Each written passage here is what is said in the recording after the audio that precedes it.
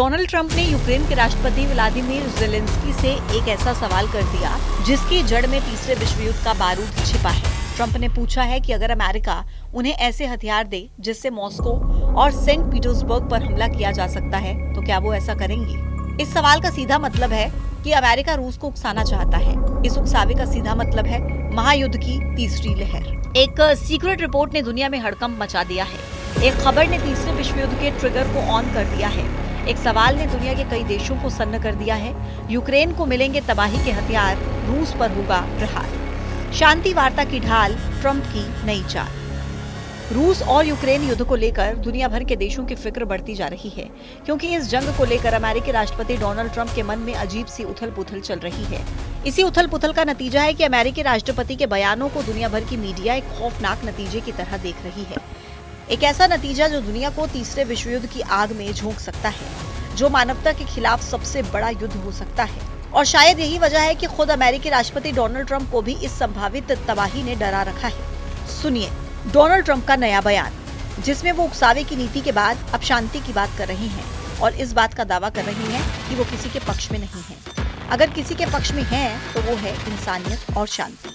अमेरिकी राष्ट्रपति ट्रंप दावा कर चुके हैं कि मैं किसी एक पक्ष के साथ नहीं हूँ। क्या आपको पता है कि मैं किसके पक्ष में हूँ? इंसानियत के। मैं चाहता हूँ कि हजारों लोगों की हत्या बंद हो। मैं चाहता हूँ कि यूक्रेन रूस युद्ध में खून खराबा बंद हो जाए। मैं इंसानियत के पक्ष में हूँ। उनके बीच एक बड़ी लड़ाई हो रही थी, जैसे स्कूल के मैदान में दो बच्चे लड़ते हैं। वो जोर जोर से लड़ते हैं, रुकते ही नहीं। उन्हें 2-3 मिनट तक लड़ने दो, फिर उन्हें रोकना आसान हो जाता है। हम उन्हें पैट्रियट भेजेंगे जिनकी उन्हें सख्त जरूरत है, क्योंकि व्लादिमीर पुतिन ने वाकई बहुत से लोगों को चौंका दिया है। वो अच्छी बातें करते हैं और फिर शाम को सबको बम से उड़ा देते हैं। तो इसमें थोड़ी दिक्कत है, मुझे ये पसंद नहीं है। महज चंद घंटों के बाद ट्रंप ने अपने बयान को बदला, लेकिन जो लोग ट्रंप को जानते हैं वो ये समझते हैं कि ट्रंप कहते कुछ है और करते कुछ है।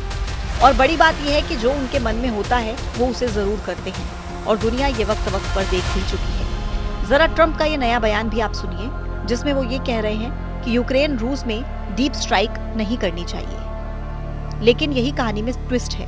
उधर तक हमला करने के बारे में पूछा गया है, लेकिन ये खबर अभी की नहीं है। रिपोर्ट में ये भी कहा गया है कि अमेरिका के स्वतंत्रता दिवस के मौके पर 4 जुलाई को दोनों देशों के नेताओं के बीच बातचीत हुई।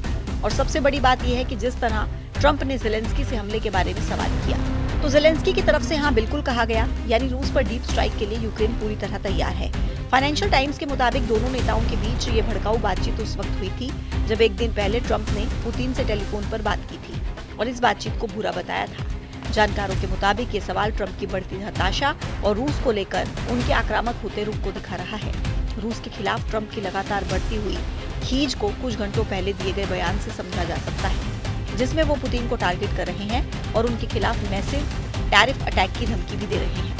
रूस के खिलाफ इस प्लानिंग को ऐसे ही समझा जा सकता है कि ट्रंप और ज़ेलेंस्की के बीच हुई गुप्त बातचीत के बाद व्हाइट हाउस में भी एक बैठक हुई। इस बैठक में नाटो चीफ मार्क रूटे भी मौजूद थे। बैठक के बाद दोनों ने प्रेस कॉन्फ्रेंस की। इस दौरान यूक्रेन के एडवांस्ड एयर डिफेंस सिस्टम और दूसरे हथियारों की डिलीवरी देने का ऐलान किया गया। यही नहीं, ट्रंप और नाटो चीफ की तरफ से ये भी चेतावनी दी गई कि अगर रूस ने 50 दिनों के अंदर युद्ध विराम या शांति समझौते की दिशा में कदम नहीं उठाया तो अमेरिका उन देशों पर प्रतिबंध लगाएगा जो रूस से तेल और गैस खरीदते हैं, जिसमें चीन और भारत जैसे देश भी शामिल हो सकते हैं। अगर आप चीन के राष्ट्रपति, भारत के प्रधानमंत्री या ब्राजील के राष्ट्रपति हैं और आप अब भी रूस के साथ व्यापार कर रहे हैं, उसको लेकर ट्रंप की झुंझलाहट का नतीजा क्या होने वाला है। एक्सपर्ट का मानना है कि यूक्रेन के राष्ट्रपति को रूस के अंदरूनी इलाकों में हमला करने के लिए पूछना ट्रंप की हताशा को दिखाता है, क्योंकि दूसरी बार सत्ता में आए ट्रंप ने इस जंग को रुकवाने की सौगंध खाई थी। लगातार उनकी तरफ से जोर शोर से यूक्रेन युद्ध रुकवाने का दावा किया था, लेकिन ये युद्ध अब तक जारी है। और शायद यही वजह है कि ट्रंप ने लंबी दूरी तक मार करने वाली मिसाइलें यूक्रेन को देने की बात कही है, और ऐसा करके वो रूस को दर्द का एहसास करवाने और बातचीत के लिए मजबूर करने के तरीके के तौर पर देख रहे हैं। फाइनेंशियल टाइम्स से इस बातचीत के बारे में जानने वाले 2 अधिकारियों ने दावा किया है कि यूक्रेन को लंबी दूरी तक मार करने वाली मिसाइलों को देना अमेरिकी अधिकारियों के बीच लोकप्रिय हो रहा है।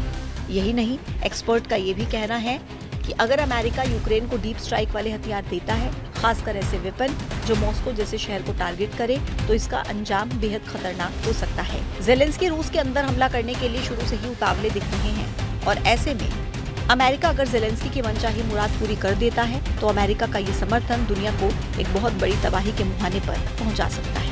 रूस न सिर्फ जवाबी कार्रवाई में यूक्रेन के सभी बड़े शहरों पर हमले कर सकता है, बल्कि पोलैंड और रोमानिया जैसे नाटो सहयोगियों के सैन्य अड्डों को भी टारगेट कर सकता है। इस स्थिति में नाटो के आर्टिकल 5 के तहत रूस के खिलाफ नाटो देशों के हमले को लेकर एक गंभीर बहस छिड़ गई है, क्योंकि ये तय है कि अगर नाटो सहयोगियों पर रूस हमला करता है तो नाटो देश भी चुप नहीं बैठे। और अगर जंग के मोर्चे की कहानी यहाँ तक पहुंची तो दुनिया के लिए अंजाम बहुत भयानक हो सकता है।